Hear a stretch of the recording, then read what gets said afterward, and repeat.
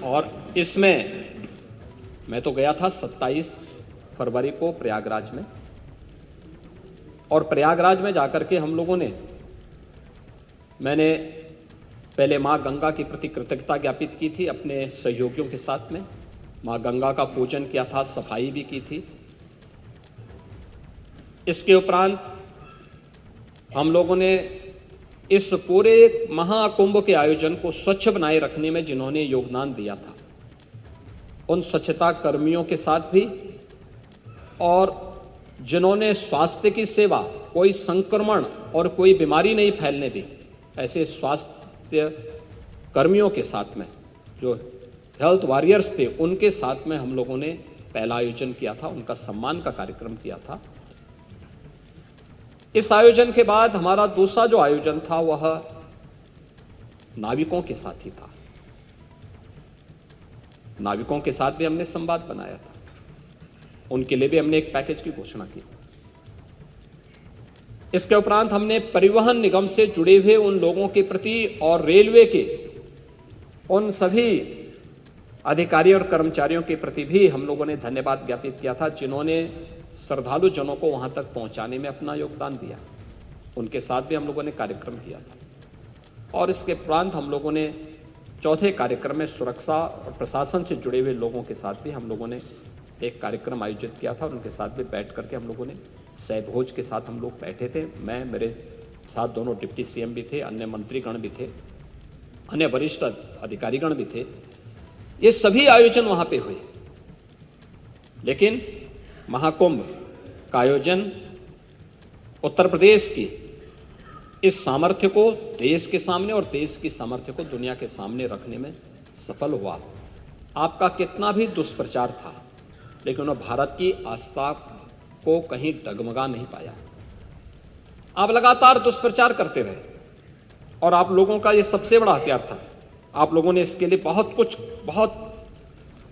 तरीके से इसको लोगों के सामने बहुत नकारात्मक तरीके से प्रस्तुत करने का प्रयास किया, लेकिन आपकी नकारात्मक बातों पे न प्रदेश की जनता को न देश की जनता को ही विश्वास था।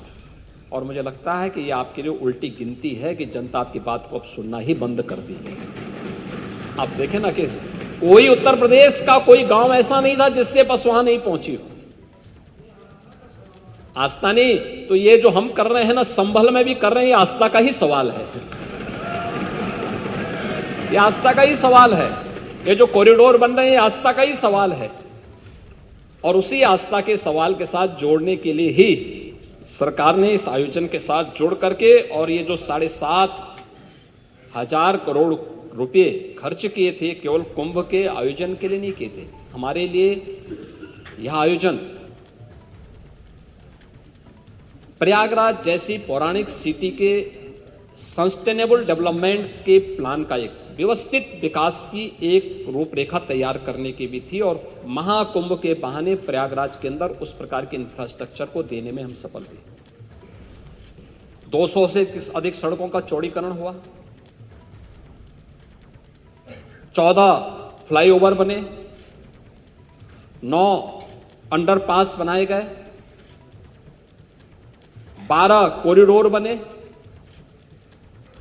अक्षयवट कॉरिडोर,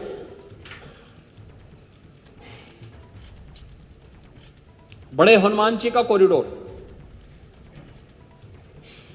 सरस्वती कूप कॉरिडोर, पातालपुरी का कॉरिडोर, नागवासी की कॉरिडोर, महर्षि भारद्वाज कॉरिडोर, श्रृंगवेरपुर में भगवान राम और निषाद राज की गले मिलती हुई प्रतिमा के साथ साथ एक कॉरिडोर, जिस किले पे आप कब्जा करवा रहे थे, हमारी सरकार ने कॉरिडोर के रूप में विकसित करते हुए त्रेता युग की स्मृति को जीवंत करने का काम कराया।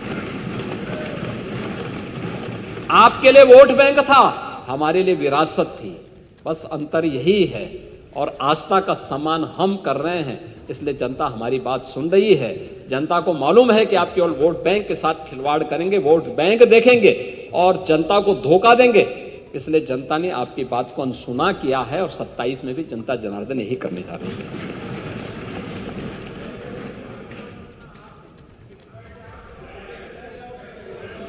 हम मना नहीं कर रहे हैं, मैं तो आपको धन्यवाद दे रहा हूं कि आप कुंभ में गए, 13 में आपको जाने नहीं दिया, हमने इस बार मना नहीं किया, क्योंकि जो मेरी आस्था थी वही आपकी भी आस्था है।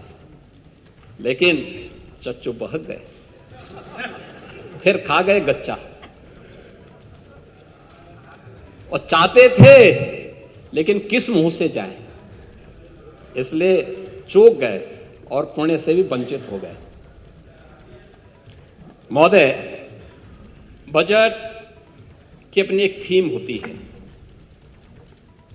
और 2025-26 के इस बजट को लेकर के जब मेरे सहयोगी वित्त मंत्री ने इस सदन में इस बजट को प्रस्तुत किया था, तो एक थीम के साथ प्रस्तुत किया था।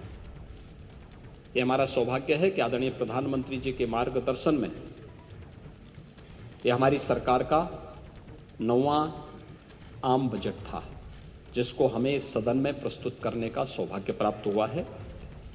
और हर बजट अपनी एक निश्चित थीम के साथ आगे बढ़ा। हमने 2017-18 में अपना पहला बजट प्रदेश के अन्नदाता किसानों को समर्पित किया था। याद करिए, उस समय प्रदेश में एक कृषि बाहुल्य प्रदेश है। इस किसान का अन्नदाता किसान आत्महत्या कर रहा था, और उस समय ऋण माफी के एक बड़े कार्यक्रम के साथ हमने बजट प्रस्तुत किया था। मुझे प्रसन्नता है, आज अन्नदाता किसान खुशहाल है, आत्महत्या प्रदेश में बंद हुई है।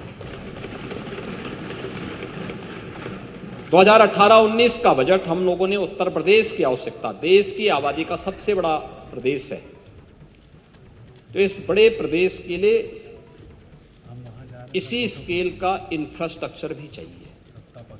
तो हम लोगों ने 2018-19 का अपना जो मूल जनरल बजट प्रस्तुत किया था, वह इंफ्रास्ट्रक्चर और औद्योगिक विकास के लिए समर्पित किया था, और प्रदेश का पहला इन्वेस्टर समिट भी हम लोगों ने इस वर्ष किया था। 2019-20 का बजट हम लोगों ने मातृशक्ति, आधी आबादी को समर्पित किया था। मातृशक्ति के वंदन के लिए, उनके अभिनंदन के लिए मिशन शक्ति के कार्यक्रम को आगे बढ़ाते हुए बजट को महिला सशक्तिकरण को समर्पित किया था। 2020-21 का बजट हम लोगों ने अपने प्रदेश की युवा शक्ति को समर्पित किया था, और 21-22 का बजट प्रदेश के स्वावलंबन से सशक्तिकरण की थीम पर आधारित था। 22-23 का बजट अंत्योदय से आत्मनिर्भरता के लक्ष्य को प्राप्त करने का था। 23-24 का बजट त्वरित, सर्वसमावेशी और समग्र विकास के साथ साथ आत्मनिर्भर उत्तर प्रदेश के आधारशिला को रखने का, और 24-25 का हमारा बजट लोक मंगल को समर्पित करके राम राज्य की अवधारणा को जीवंत करने का बजट रहा है, क्योंकि अयोध्या में श्री राम जन्मभूमि पर प्रभु श्री राम लला के 500 वर्षों के बाद विराजमान होने की स्मृति को जीवंत बनाए रखने के लिए उस प्रकार के कार्यक्रम के साथ हमने जोड़ा था।